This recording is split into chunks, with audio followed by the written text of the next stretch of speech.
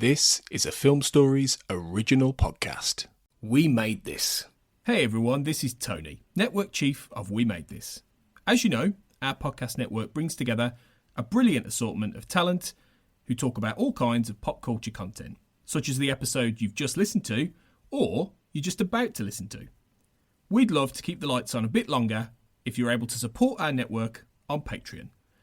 For just £2 a month, you get your name in lights on the website and the satisfaction of knowing you're helping us produce more great audio. And for £3 a month, you'll get your name in lights, but you'll also get access to an exclusive bi-monthly podcast from the We Made This talent pool on podcasting, pop culture, and you tell us.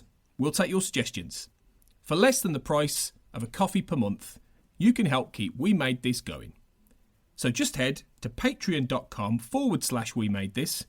That's patreon.com/We Made This to get the ball rolling. Now, back to your scheduled programming.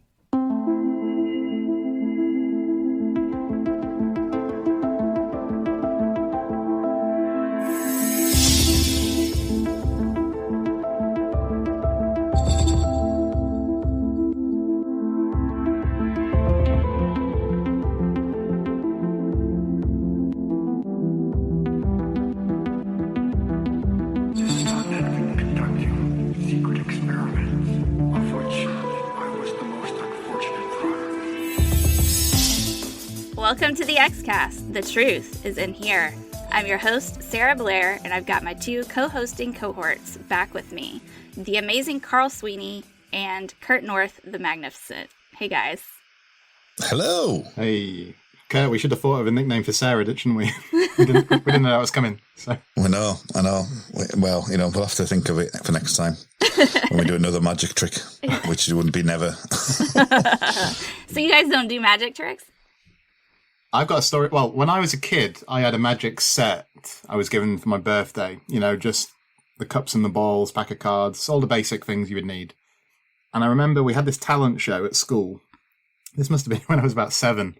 And I had learned a card trick, and it wasn't, like the pick a card, any card thing. It was it was that, but it had some kind of variant. It had some kind of spin on that.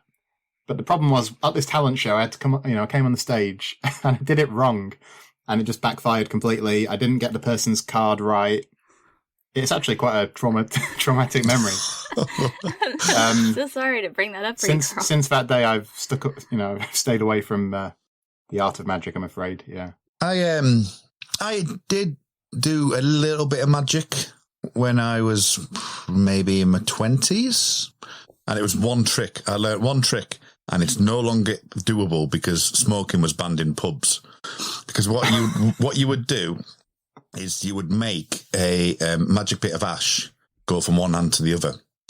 And the way that you do magic generally is the misdirection, like we know from this X-File episode, is that you'd ask them to hold their hands out, and then you say, no, hold your hands like this. So you'd grab both their hands, but you'd have ash on your finger before, and then you start the trick after that.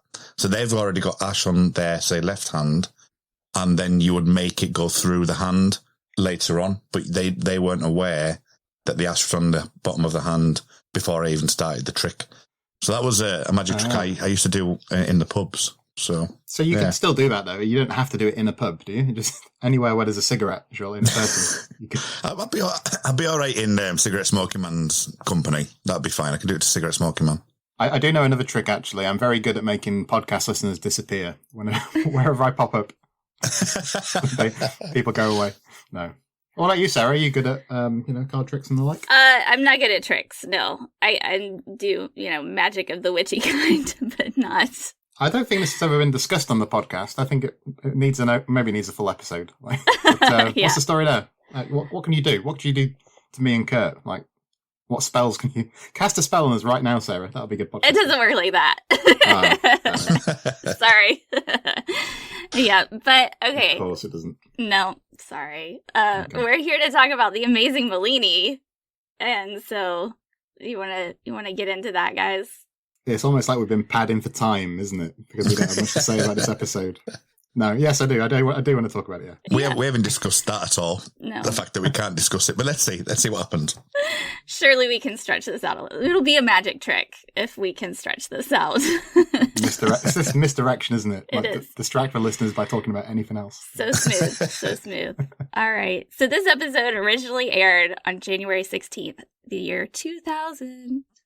And it's the 8th episode of season 7, written by Vince Gilligan, John Scheiben, and Frank Spotnitz, and directed by Thomas J. Wright of Millennium and Goldberg Variation. So I talked about Goldberg Variation with Cortlan, and we had a lot of fun.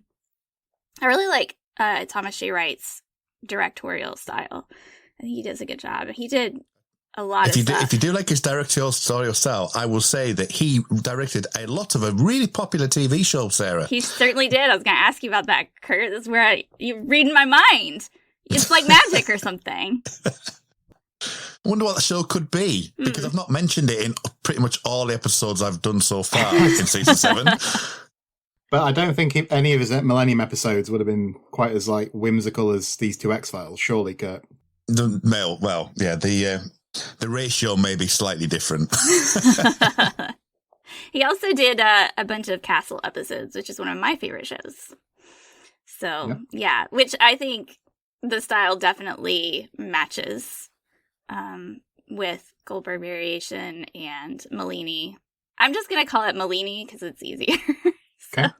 Yeah, I really like his whimsical style. It carries over to Castle, and he did a bunch of Alias too, right? Oh, really? I don't know about that. That's not one that I've watched a whole lot of, but I know Tony has. He likes that show. He does. Yeah, Alias, from what I remember, it's been a while, but it had kind of a light touch, you know, maybe not quite in the same way, but yeah. Kind of that caper. Yeah, that's what I mean. Feeling, yeah. So I think it goes well. And even the Millennium episode of The X-Files was not exactly, I wouldn't call it dark necessarily. It's not too gritty. But I wouldn't call it Millennium either. Yeah. But that's the big debate, isn't it? With that episode is how appropriate it was. Yeah. Yeah. So, out of 10, what would you score this episode? Who wants to volunteer first? Kurt? Okay, what do you reckon? Yeah. Right, okay, so I would rate this as a 6 out of 10. That's becoming a regular occurrence with me. I'm finding this beginning part of the season is kind of just there. And, but having said that, I was thinking about this yesterday, that the Goldberg Variation I probably have seen more times. Amazing Maleeni I've seen a few times. It's not an episode that I've watched and forgotten about. So, for me, it feels like just any generic procedural TV show. You could watch Hawaii Five-O, NCIS, Los Angeles, or wherever you want to choose, really. And it's good for what it is. It's not an X-File. It's it's not good enough to be an X-Files, in my opinion. And that's despite the people that write in it. But yeah, I would say it's solid. It's a solid, good episode of TV. But yeah, 6 out of 10 would be where I would put it. Yeah. I want to come back to that comment, Kurt. But okay. Carl, I want to hear your assessment first, please. So actually, watching this episode this morning was the first time in a while, I would say. So it kind of faded in my mind, and I enjoyed it more than I remembered, actually, because I felt like it passed for time very quickly. We're getting towards the end of the episode, and I was thinking, wow, that's gone quite fast. Yeah, I would go with Kurt's score of a 6 out of 10. I think it's pretty good. I think it's not as good as it could have been. I think there's a bit of untapped potential with the premise, with some of the, I think Ricky Jay is quite fun, but I feel like that could have been more fun. I think there are some good moments with Mulder and Scully, though. I think there are some fun little kind of exchanges between the two of them, which kind of bring it up a notch. My main issue is I think some of the plotting's a bit kind of slapdash, a bit kind of weak. And I think if it had been a really clever plot in a way that it isn't, I don't think that would have elevated it too. So yeah, 6 out of 10. I think it's decent. I don't think it's the best episode in this part of the season. I think something like the Goldberg Variation is better. I'd probably give the Goldberg Variation maybe a 7 or a 7.5 maybe. So yeah, that's my general feeling, is it's good, not great, it's an adequate, enjoyable episode of TV. What do you think, Sarah? Yeah, I'm with you guys, but I'm gonna go slightly higher and say like 6.5. Because I definitely, it's not one that I rewatch often. And I remembered why when I watched it this time. I'm like, oh yeah. But yeah, I agree with everything you guys said. It's kind of just middle of the road, mediocre, and it doesn't stand out as very solid, which is really surprising to me, because Vince Gilligan, John Scheibe, and Frank Spotnitz, they have their names on this episode, and it's like the cream of the X-Files crop. Like, what happened here? How did we get this episode from this team? I've been thinking about it and trying to figure it out, and I don't know. I don't know how that happened. It seems like maybe they were busy doing something else, and I don't know. But yeah, from what I've read, it sounds like more of a Spotnitz episode. I don't know if you guys have seen that, but just from looking at a couple of interviews and things, it seemed like he had the idea to do a story about magic that he'd wanted to do for a while. And then when they started to put it together, I think Ricky Jay had originally said no, but they sort of convinced him into doing it. I think one interesting thing that I came across was that maybe David Blaine was lined up to play the younger magician. I think that would have been fun. Yeah. That would have been good. That would have given it a different edge, potentially. Yeah. I can't remember exactly how well David Blaine was known at that time, 2000. It feels like early 2000s to me when I was starting to become aware of him. Mm-hmm. I don't know if you guys know. But yeah, no, it sounded like Spotnitz quite like the idea of doing magic. I'm wondering if the other guys came in to help him out, or I don't know exactly how that went. Yeah. Also, one thing that I noticed is, like, we've got Ocean's 11 didn't come out till 2001.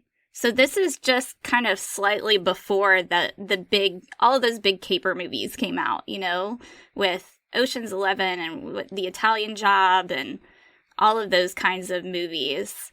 And this almost hits the mark, but I think there's one key element, and we'll get to it in a little bit, but there's one key thing that happens that I think really knocks down all the dominoes and could have made it really great.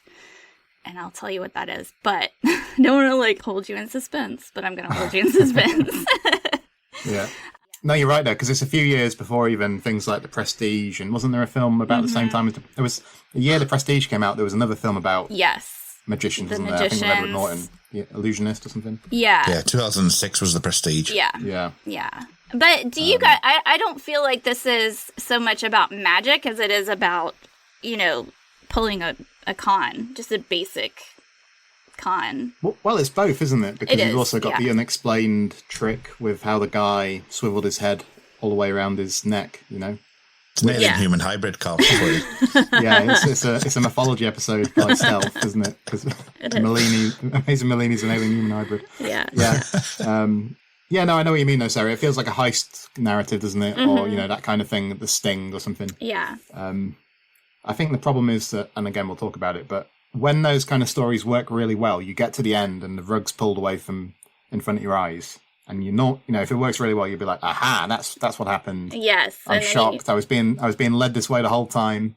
Yep. And I never get that feeling with this episode. I don't know about you two. Yeah. No, one of my notes I had down was there doesn't seem to be any propulsion to the episode. It's kind of like, oh, look, here's how we did it. That's how you did it. Mulder's clever. There's the card. And it just doesn't really, and the stakes don't seem high enough. It's, at the end of the day, it's like the whole ruse was to get onto a computer, which was like, great. Yeah. So there's a bit of that. David Blaine, by the way, he did Buried Alive in 1999 and Frozen in Time in 2000. So he was busy. He was quite busy at that point, yeah. Well, shockingly enough, as we all know, IMDb is vastly skewed sometimes. This is like the 5th highest rated episode of the season. No. Get out of town. Really? It's an 8.3. Really? Yep. That's surprising. I suppose. No, I can't think of a reason. I was going to come up with a reason why it'd be so high. I can't really think of one.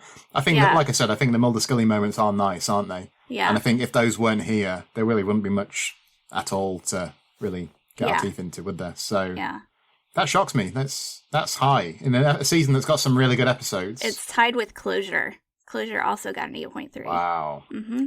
I suppose Closure, there are some fans who really don't like the way that storyline with Samantha ended, aren't there? So maybe that's... But an 8.3, I mean, that's about as high as... I was going to guess a 7.5 before you said. Yeah. I should have had you guys guess, sorry. Right. That would have been way more fun. Oh well. All right, let's dig in and break down the Amazing Maleeni.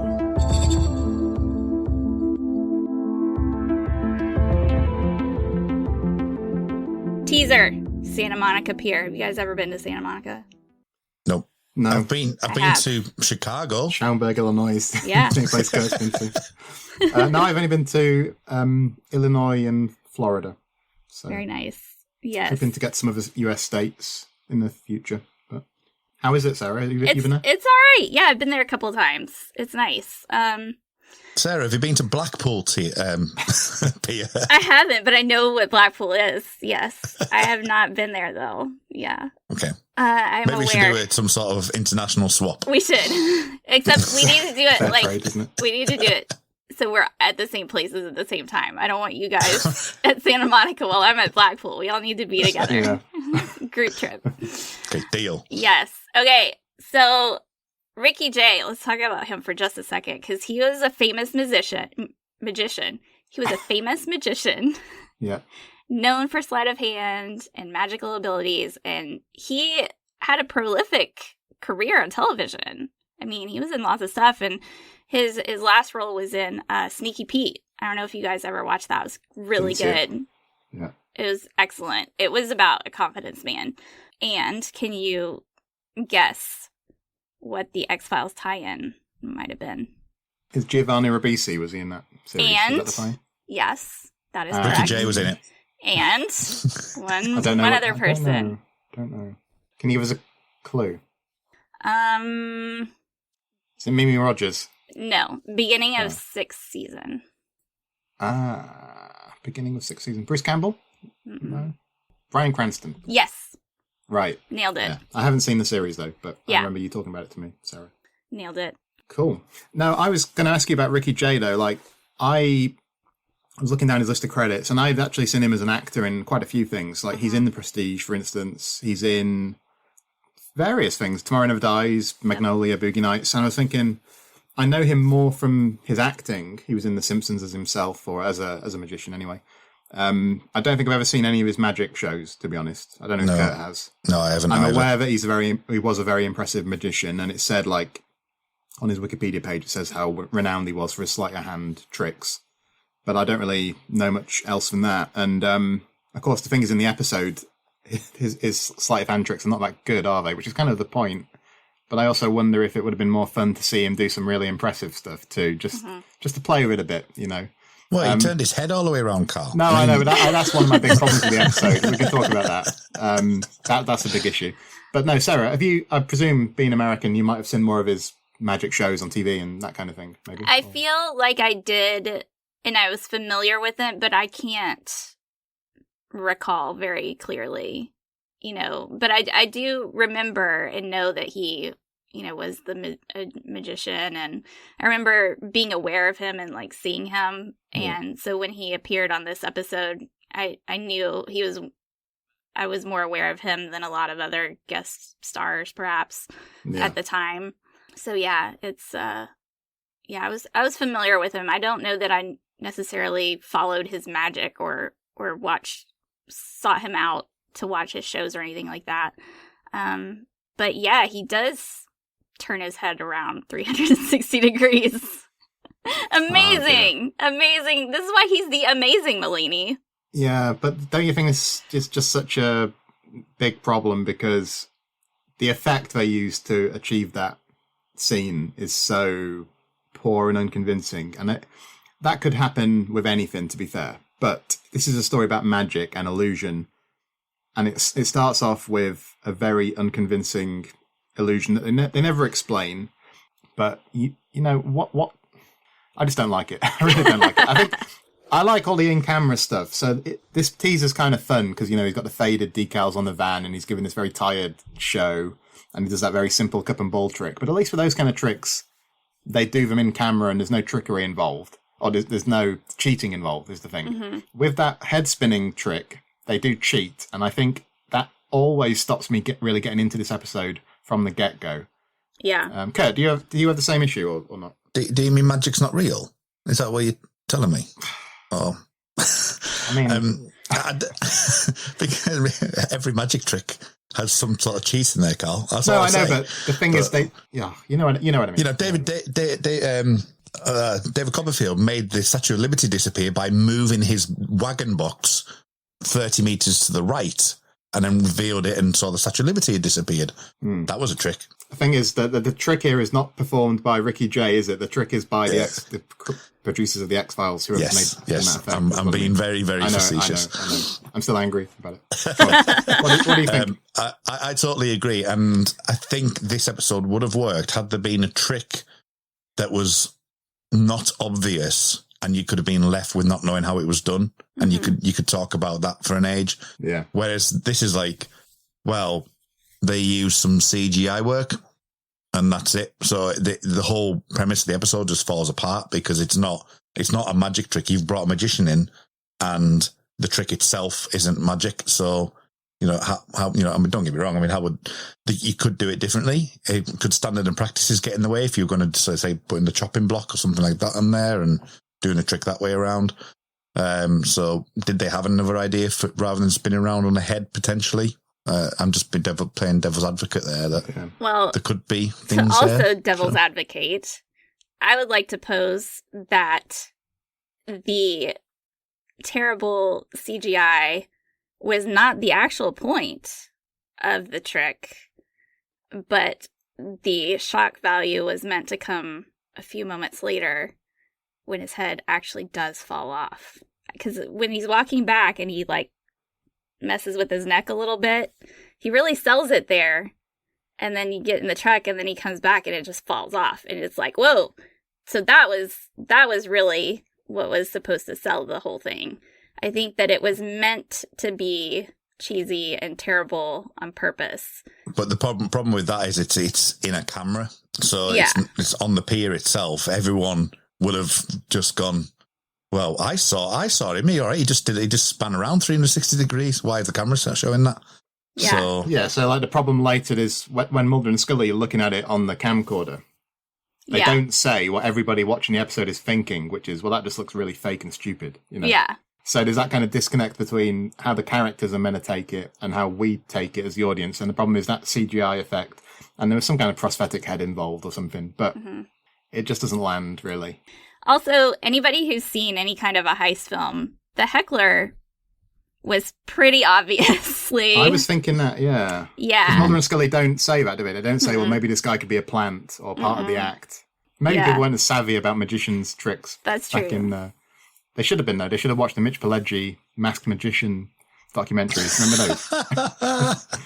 And to be fair, those, yes, to be fair, I have been binging White Collar like crazy pants because I'm like full on with the heist stuff right now. So I'm like, I can see it a mile away. I've been studying up for this episode and it just kind of falls flat. What was that BBC? Was that called The Heist? You know, the one by the makers of what was known in America as MI5, but Spooks over here. Wasn't it like Hustle or something like that? Hustle, yeah. Yeah. With Robert Horn, wasn't it? Yes, that's the one, yeah. I might have to look that one up. Yeah, I'm almost done with White Collar. So look up BBC's Hustle. Okay. That's a heist thing. Inception's a heist movie, but for different reasons. Yeah. So, yeah, we could talk about heist movies. That maybe stretch out the time. Yeah. Which ones are your... I mean, I feel like the Oceans franchise is probably top tier, right? Don't you think? I mean, Inception, obviously, is amazing, but as far as heist movies go... I mean, the closest one to this would be, is it Now You See Me? And Now You See Me Too. Those two, because they're obviously based on magicians, aren't they? So, Good stuff. and it's got Isla Fisher in as well. So anything of Isla Fisher's in is absolutely fine by me. Yeah. She's so small. Anyway, Kurt, sorry. you and your redheads. Can we? This is one episode. Tiny One episode where you redheads. don't talk about Millennium or You know, what's her name? Elizabeth Olsen. Well, Mimi Rogers is gone now, so I've got to focus on something else. Which is funny because isn't she very tall or taller? Mimi Rogers. But Mimi Rogers isn't necessarily about the person. It's more about the character and how much of a disservice it is to her. You need to watch Bosch if you haven't watched it. I haven't watched it. Okay. I haven't watched it. If you're into Mimi Rogers. No, I keep saying I'm not into Mimi Rogers. I think she was disservice as a character on the X-Files. Remember, Sarah, Kurt's talked about this at length on the Foulest Minute. Yes. if you guys haven't listened to the Foulest Minute, you guys need to get over there and do it. We're not getting to this argument again. I keep telling you, this is drawn lines Carl, been drawn under. Every time you try to throw like the thing, you try to just get us derailed with this. But we've come to an agreement, and we're going to stick to it. Stop trying to stir the pot. I'm sorry, trying to stir.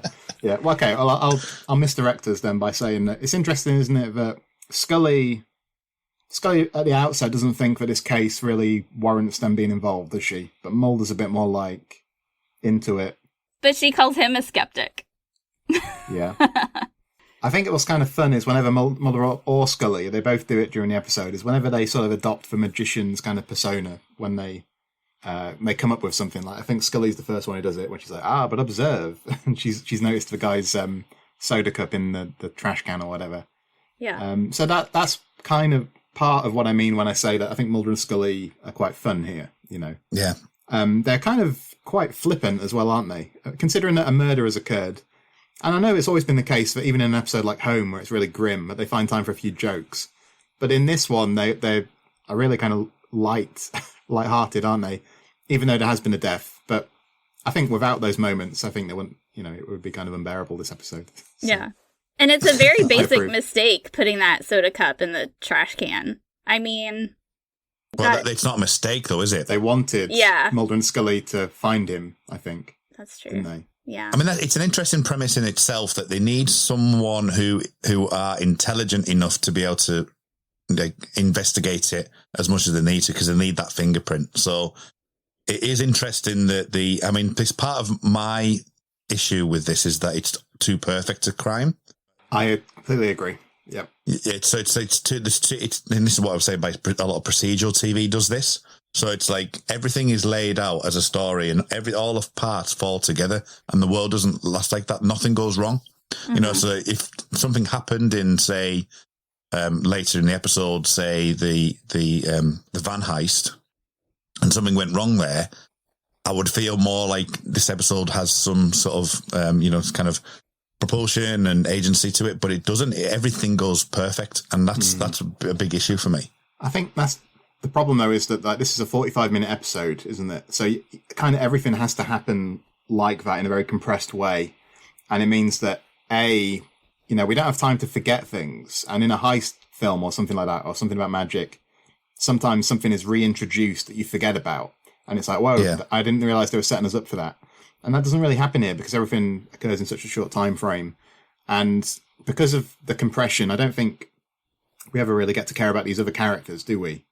No. They're very functional, and they're always kind of tricking us, so we never really find out who they really are. I don't know. And the arm thing, I think it's kind of fun when they do that arm trick, but it didn't really convince me. Like when LaBonge, or whatever his name is, first does that, he's like, well, let me show you how he did the thing with the head, and he does the arm trick. That's not the same thing. It's like completely different. Yeah. That's not the same thing at all. Not even close. Yeah. And I feel like, Cortlan and I were talking about this yesterday, and she mentioned that if we go back to Goldberg variation, I think it works. And she said that it works because there's Richie. There's a reason. And there's a good reason that all of these things are happening. Yeah, they find a good reason for the contrivances, don't they? Right. In the episode, which they don't really do here. Yeah, exactly. And so, she said there's nobody to root for here because none of the guys who are pulling off this heist are even remotely good. They have no good intentions whatsoever for anything. You don't have anybody to root for. As much as we love Mulder and Scully, it's hard to even root for them in this episode, unfortunately, because nothing's really, going on. And it's it's just falls flat. That's a running theme. I know that there's episodes that hasn't aired yet, like is it Signs and Wonders is next, isn't it? Mm-hmm. Which obviously I've recorded out of order. That there's quite a few episodes in this first batch where Mulder and Scully don't really need. I mean, they're needed in this plot. They are needed in this plot purely for the FBI fingerprints. So I'm not saying necessarily that, but they're not involved heavily in like sort of what's going on. It's more like they're guiding us through the story. And this one, as I say, there is that contrivance that you need to have them. But it is interesting that these first few episodes have been like hungry. You know, it's a switch around. You've got, you know, as I say, Signs and Wonders coming up where it's more about the case of evil and things happening beyond the realm of what they're the worldly realm that they're in. So it is interesting this first part of the season that they don't seem to have that kind of control, and you don't ever feel any worry for them. You know, this is just like it's plotting. So I think I would have liked to have seen a sharper contrast between the two magicians, because they set up the idea of it as kind of like a Mozart Salieri type dynamic that they're playing with. So it would have been fun to see the younger magician have a completely different style of magic. You know, and again, that's why I think the David Blaine thing could have been fun, because he'd have been doing very different things, you'd imagine. But this guy doesn't seem to, does he? He just he does a trick with a giant coin. He does set his hand on fire. Well, that's another cheat moment, isn't it? Because again, you don't think that he's actually performing that trick. Again, it feels like something that, you know, fire. So, it does feel like something that Cecil Lively would have done, doesn't it? Yeah. Except Cecil Lively was much more talented. As we discussed on our commentary. With, what was it? Many drinks. Bye. The only thing I can remember about that commentary is a lot of discussion over Mulder's body. So I think the comparisons between the Goldberg variation in this episode, you can sort of see the similarities, but the Goldberg variation works much better. Yeah. And they're both episodes that have quite stereotypical criminal characters, aren't they? Because you have the Alvarez guy here, and you have they're like mobsters or something, aren't they, in Goldberg variation? Yeah. And it's all a bit convenient here, isn't it? Because it's like the plot is so, like Kurt said, everything had to go a certain way for this to play out the way it did. You know, the FBI had to get involved. They had to be decent FBI agents so that they found LaBonge. Obviously, he was trying to lure them in to some extent. But like when they've got the fingerprint, you know, when he gets Mulder and Scully's badges, why don't he just do the fund transfer then? You know, why do we have to go through the rest of it? If that was the ultimate aim. I know they wanted to get some kind of revenge on the Alvarez guy, but it sounded like their actual, you know, their aim was to get that money through the transfer, didn't they? Yeah. But they checked the transfer later, right? And he says nothing has been transferred, but that was on his account. So if he had done it through Mulder's account, right? I don't know how that works. I don't know how bank transfers work, but I feel like he had to have waited until after they checked the accounts to make sure there had been no fund transfers. Maybe it's a very well plotted episode, and I just taken against it. You know. Well, I think the thing that really does it in for me is when LaBonge gets out. They do the van. They take over the van and trick the armored transport guards. But then immediately after that, you go over and you see LaBonge rubbing off the tattoos. Yeah. I don't think they needed that. I think they could have left that out and it would have been a much stronger... I think they were going for a reveal there because you've got, when he's in the bank, you've got the sly looks at the hand, don't you? Then you get the van, then you get him. So that whole kind of 5 minutes of in the bank, in the van, outside the van is for the audience to kind of realise what the trick is at that point. I think that's meant to be the reveal. But I think Sarah's saying you could have done it at the end of the episode, maybe. Because you know, all the good, I totally agree. All the good heist movies, the big reveal would have been when Mulder goes over it, and you flash back to all the things that he did, and then the audience is in on it. The whole point with the audience being in on it makes it less fun and less exciting and less suspenseful because we know something's going on now. We shouldn't know what's going on till the very end. And like Kurt says, if if that robbery had gone slightly differently, you know, if the guard hadn't noticed the tattoos, then they wouldn't have gone to Alvarez. Yeah. It all had to fall into place. Yeah. Well, that is the most, I mean, I'm going to go back to White Collar for just a second, but that is the part that's the most fun is when he has to be really smart and adapt to those situations. And I think that's when the episodes are at their best. And when things go wrong, for example, Ocean's 11, when they get down to the bottom of the vault and there's no batteries, it's like, you didn't change the batteries. Like, that's one of the best moments of the whole film is when it goes wrong. Yeah. So what we're basically saying, it's either don't reveal anything to the end and then let us pass it all together, or put it out front and center and have things go wrong. Both. Basically. Yeah. Or, I mean, like, have things go wrong, but then you realize, like, it all came together at the end, you know? Yeah. Or whatever. Yeah. I mean... Like I said, I think it's tricky with just the limited screen time you get in something like this, isn't it? Because, you know, normally no time is wasted in an X-Files episode. So if something happens, almost invariably it's significant in one way or another. Yeah. Well, that's what Vince Gilligan is best at, I think. He doesn't waste.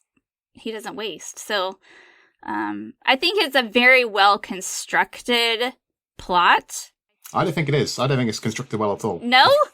No, I don't. I think it's because, like Kurt said, I'm gonna using Kurt as my thinker. I just think it's so reliant on contrivance that everything had to line up in a certain way, and I don't think that is well constructed. I think it's too pat. It's too clean. You know? Well, exactly. Like, they had it all constructed out, and they had it all laid out, but they didn't mix it up enough to make it intriguing. So, like, the basic idea of it and the basic structure of it works. It's promising. It's promising, yeah.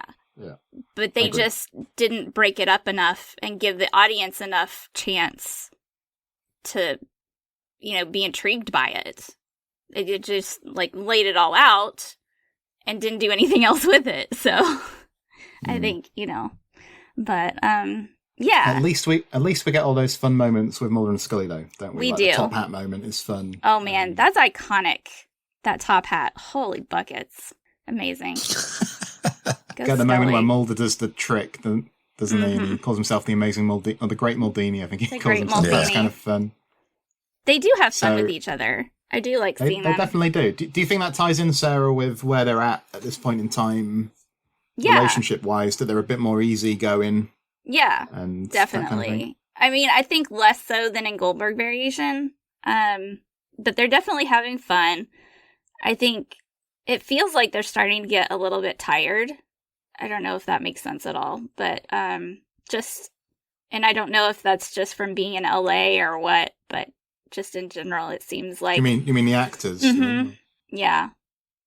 It's one of my discussions that I've had. I'm not sure where it was. It'll be somewhere in these episodes that I've been recording over this past week and a half. I discussed about that people would like say that David Duchovny, you know, in Rush, for example, there's the scene at the where I felt he was looking a bit tired in the interrogation scene with the kid. That in some ways, yes, there is that, but the way that I'm kind of putting into my headcanon is that mythology is over. Mm-hmm. There's only his sister to find, and they're kind of in this kind of lull period of like, where do we go from here? Mm-hmm. You know, why, you know, X-Files, yes, there's X-Files, there's stuff to investigate, but we're in this mode of like, we're actually enjoying our own company at the moment. It's, you know, what is the left to do kind of mode, you know, and nothing really kicks into obviously the end of season 7. So I think it's really interesting. And I do agree and I do accept, especially what Darren says about the fact that you've got, you do have the feeling that the season 7 is quite, you know, it's tired, and you've got David Duchovny and Chris Carter's lawsuit and all that kind of thing. So I do agree with that. But at the same time, I think it works thematically for some of the episodes. It's just sometimes it's not great television watching. I think that's the issue. Although, like I say, I think Mulder and Scully themselves are the main pleasure here. Oh, absolutely. Because a lot of the stuff with like Ricky Jay, I just found a bit low energy. You know, like when he's talking about how he found his brother dead and all that. It just needed something to kind of spark it into life that never really came. Mm-hmm. And yeah, I don't know. It's just a bit of a missed opportunity, I think. Yeah. Well, it seems like Gillian Anderson and David Duchovny kind of feel like this is maybe an easy script, and there's not really much of a challenge for them acting-wise. I love the episodes that I really like seeing them in are the ones where they're really challenged and they've got a lot of meat to the script to work with. And this is kind of just straight up, straightforward, and they're so professional that at this point, and they've been doing this so long, they've been in these characters so long that they can, you know, wear them easily and get into character easily, and they just sort of, you know.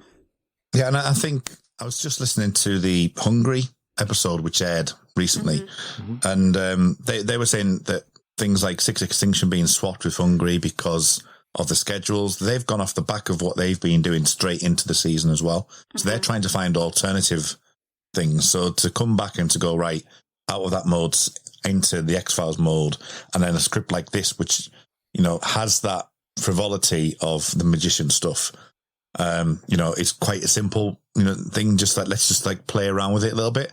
But there's nothing, as I say, there's nothing really to grab hold of to go, right, this is going to be a really emotional aspect, or it's just the story. And I think that's where it falls down. And I completely agree with Carl. I think my memory of this episode is it's watchable. It's certainly acceptable as an episode, but I come back because of those moments, Mulder and Scully. I don't generally, you know, and that's probably the reason why it's more of a put on in the background when you're ironing or something like that, more than an episode that I would want to watch, you know, for its detail. Yeah. And I mean, we get to the end of the episode and Mulder's laying everything out. He's like, this is too perfect. I mean, you've got Alvarez pinned, but this is too perfect. Something's up. And that's when I think it could have been really a great twist. Or not even a twist, but just the big reveal comes. And it makes Mulder look a lot smarter, that he's known what's going on the whole time. I don't think the audience should have been in on it. And it's just a bit low-key, isn't it? Like, Mulder's reveal is like, I took this out of the evidence bag or whatever. So he's not going to be able to do the bank transfer. There's not that big flourish you really needed in a story like this, I don't think. It's also a bit odd how it seems like they're going to let the guys go, doesn't it? Yeah. I assume the implication is they haven't got enough to kind of prosecute them with. There's no evidence. But so what's going to happen to Alvarez? In this instance, Alvarez was actually not culpable, you know? So is he going to take the fall? Yeah. I mean, well, but he's done so many other bad things. Yeah, but still, that's, you know.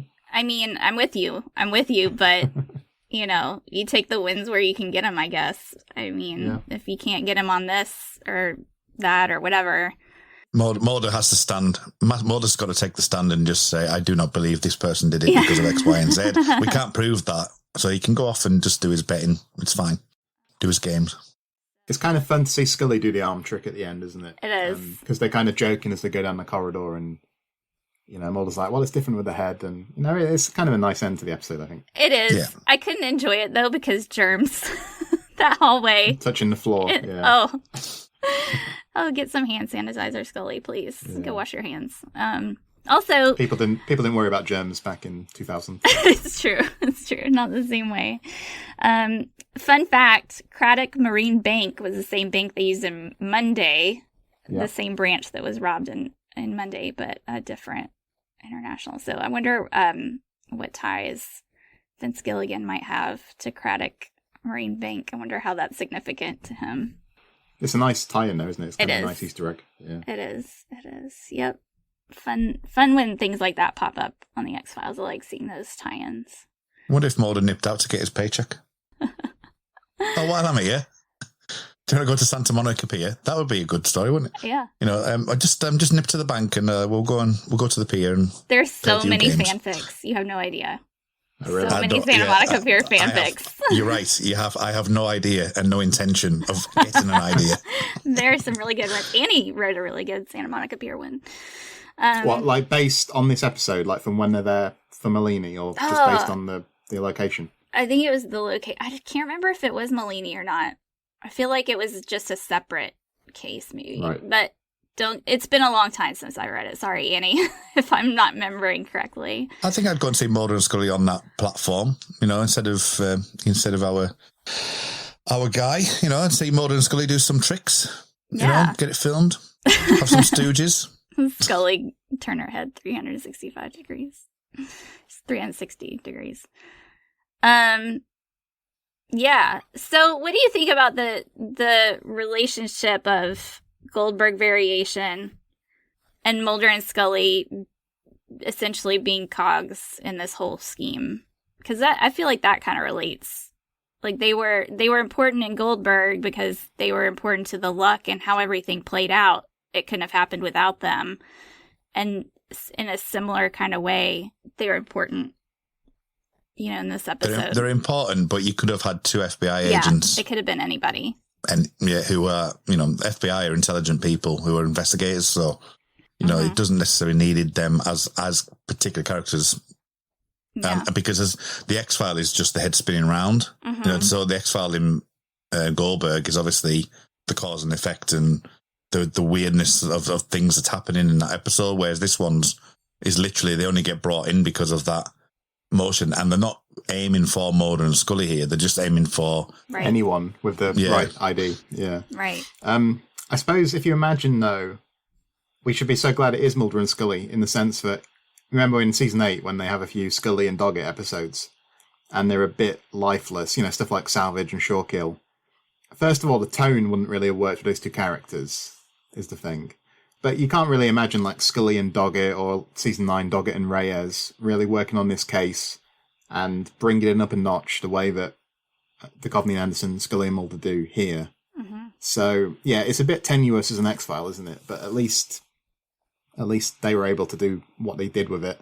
I mean, I would say that, but I think if I went back to my comment that I made about this could be any procedural TV, there's plenty of procedural TVs that say Castle. Could this work as a Castle episode, Sarah? Really? Absolutely. So it's like, hands down. So the fact that they've got two main characters who have chemistry, you could just play this in any TV show and it would work, and that's not necessarily a bad thing. I actually enjoy some procedural TV. I'm not like, oh, look at that. That's just, I know the first person that comes in the first act is the killer. I know what's going to happen in 35 minutes time, and X-Files don't tend to do that. But at the same time, it's like, it felt like I could watch this in Hawaii 5-0 and say, yes, Castle, whatever. It just felt like that. I think just the basic thing is, like you say about the Goldberg variation, though, it's that, that episode is all about luck and coincidence and contrivance. So that's really foregrounded in a way that kind of is fun. Here, it would have been a better episode if there was less contrivance, less coincidence, and it would have been, had that heist plot been a bit more clever. So that's why the Goldberg variation, I think, hits the mark. This one doesn't. Yeah, I would agree with that. All right, let's head over to the mailbag and see what our listeners had to say.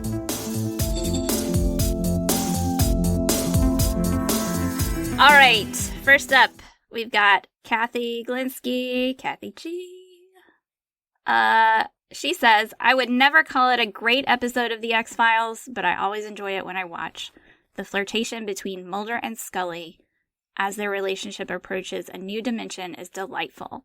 It's not all I look for in an episode, although it seems to be all I comment on, but I won't complain about some adorable MSR.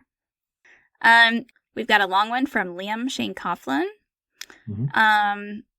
So a curio, this one. Much to enjoy in terms of some of the imagery of the episode, but the actual content of the piece is surprisingly thin, which at this point in the show's run actually works. This is the X-Files on the home straight, La Valedictory tour for both the audience and the characters. The stretch of episodes feel perhaps more real than in several years because they are downplayed and relatively without dramatic incident. The focus here is on the evolving relationship between our protagonists and how the worldview they have carefully maintained for the past few years has fallen away to allow them to seek solace in each other. The events of Biogenesis trilogy have given both cause to turn their thoughts to the future. For the first time, the nature of their crusade against the overwhelming inevitability of the forces that oppose them has afforded them a chance to take stock. The battle may be approaching its end and the eponymous closure that both seek, but it is in this unassuming run of episodes in the first half of the season that we find our heroes navigating new waters.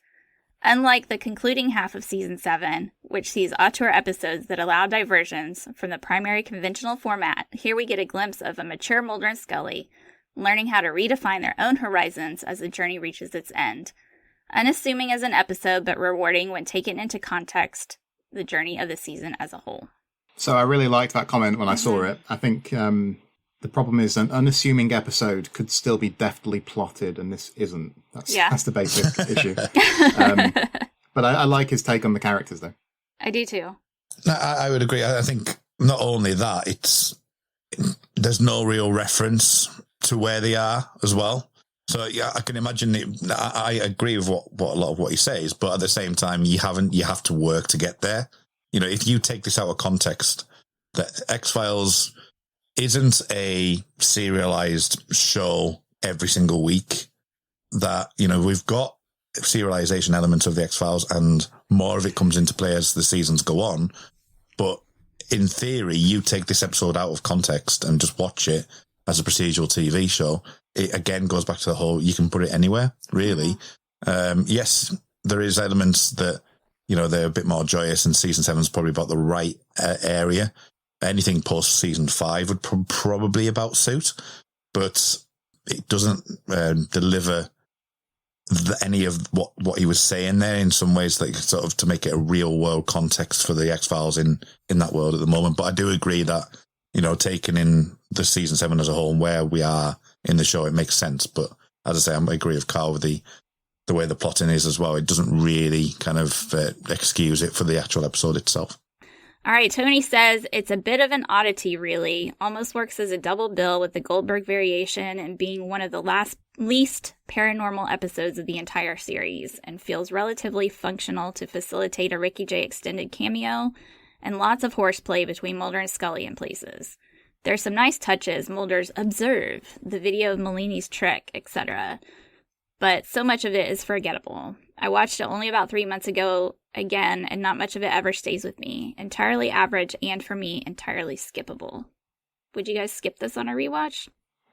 I wouldn't skip it on a rewatch, no. I tend to do like full rewatches and not skip anything. And this would, there'd be no reason to skip it. I agree with the idea, though, that it's pretty forgettable. I do think that's true. That's my experience, is that I always, you know, it always fades in my memory when I come back, before I come back to it. So, yeah. How about you, Sarah? Because you do more selective rewatches generally, don't you? So. Yeah. It's not one I usually tend to go to when I'm watching, but I don't know that I would necessarily feel like it's skippable. I think, you know, if somebody hasn't watched and I was giving a list, it'd probably land middle-ish to close to like, you know, 150-ish, probably.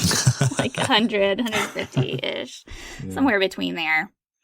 If somebody said to me, I want to watch the X-Files, Carl, and I want to watch only the good or the significant episodes, I'd have no hesitation in taking the Amazing Maleeni off the list. Yeah. So you don't need it. Mm-mm. It's not that great. Mm-hmm. Just move on. Would be my advice. I would definitely recommend Goldberg over this one.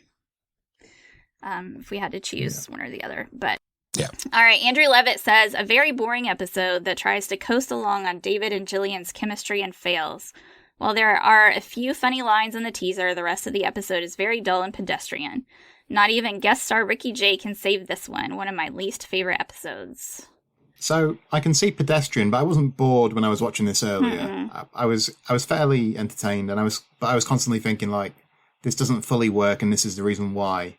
Yeah. You know, but I think it passed for time pretty yeah, it did. I was enjoying myself, even if I was less than impressed by the mastery of it all. That's fair. Yeah. And I would definitely say that I would watch this episode for the Mulder and Scully moments more than anything else. Yeah. So. And Chandru says, that teaser is one of the best examples of well-done CGI I've ever seen. My reaction was, did they decapitate a real person? That looked so real. Yeah. But I think the thing is that, like, sometimes when you watch things from 20-odd years ago, the effects have dated for whatever reason.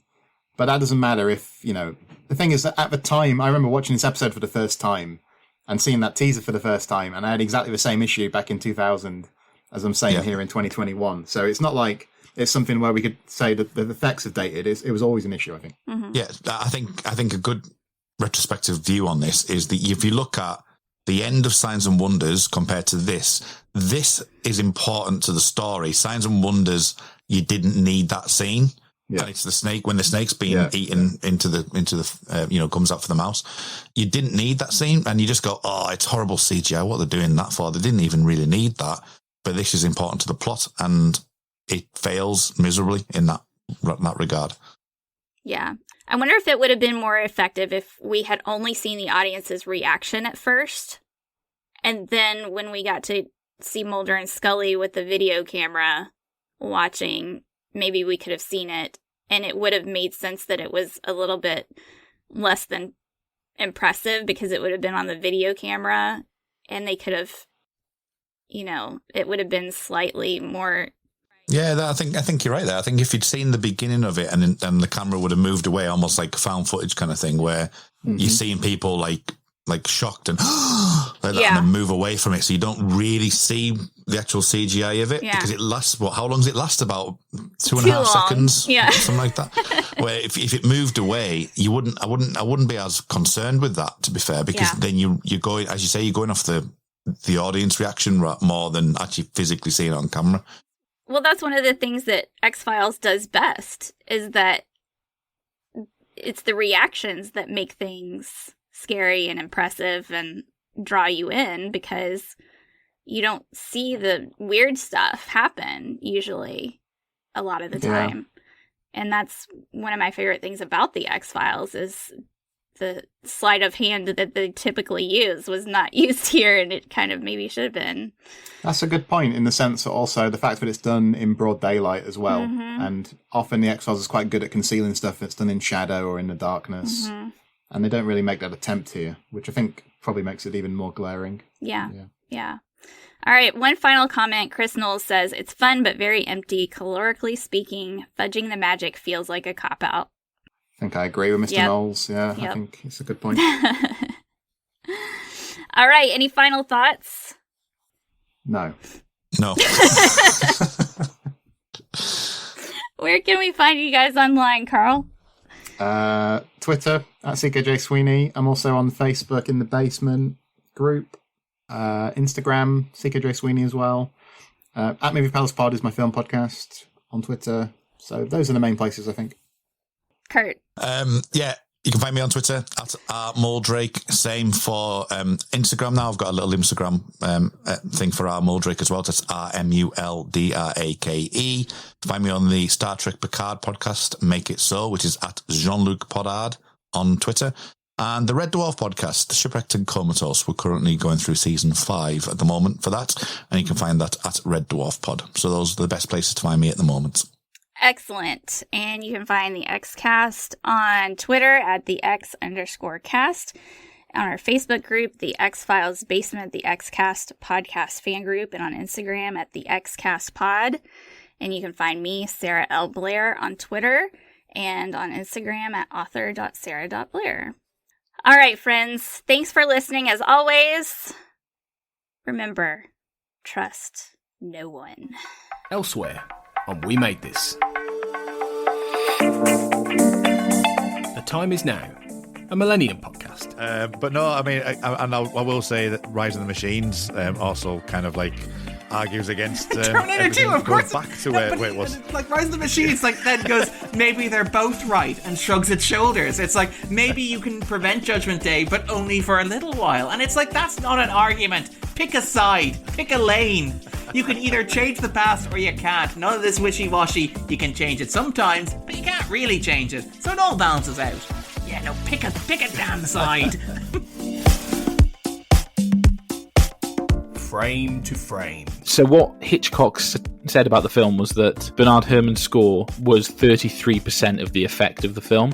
So as a result of that, he doubled his salary, which I don't know how he worked those maths out, but hey. Exactly, yeah. So why don't you tell us a little bit about the score? I mean, it's one of the greatest scores ever composed for a film, and it's a fantastic example of misdirection, because you think that the jabbing, though it was written for a string-only orchestra, which is very unorthodox, because you think for a standard symphonic approach in a film score will mix tonalities from different host of instruments, strings, woodwinds, brass, percussion. This strips out everything except the strings, and the amount of emotional range that Bernard Herrmann is able to get out of it is really extraordinary. Free with this month's issue. You know what actually ruined it for them? That f***ing bass player with his stupid face. Yes, pulling his absolutely. stupid faces. Also, that weird, shaved-in parting that the singer had. Also. If people knew a third song by Alien Ant Farm, this would have been it. Because this was on Tony Hawk Pro Skater 3. That would be it. I know it from this CD and that, because I remember when one or the other happened, that the other had happened previously. Yeah, good sentence, Ian. Well done. He's got a good voice. That's the thing. He definitely likes Incubus. Yeah. Glassjaw. Actually, even more so, Head Automatica. He's basically, if somebody ordered Daryl Palumbo, but from Wish, but wanted extra annoyingness, then this is what they'd get. Check out all of these shows and more on the We Made This podcast network.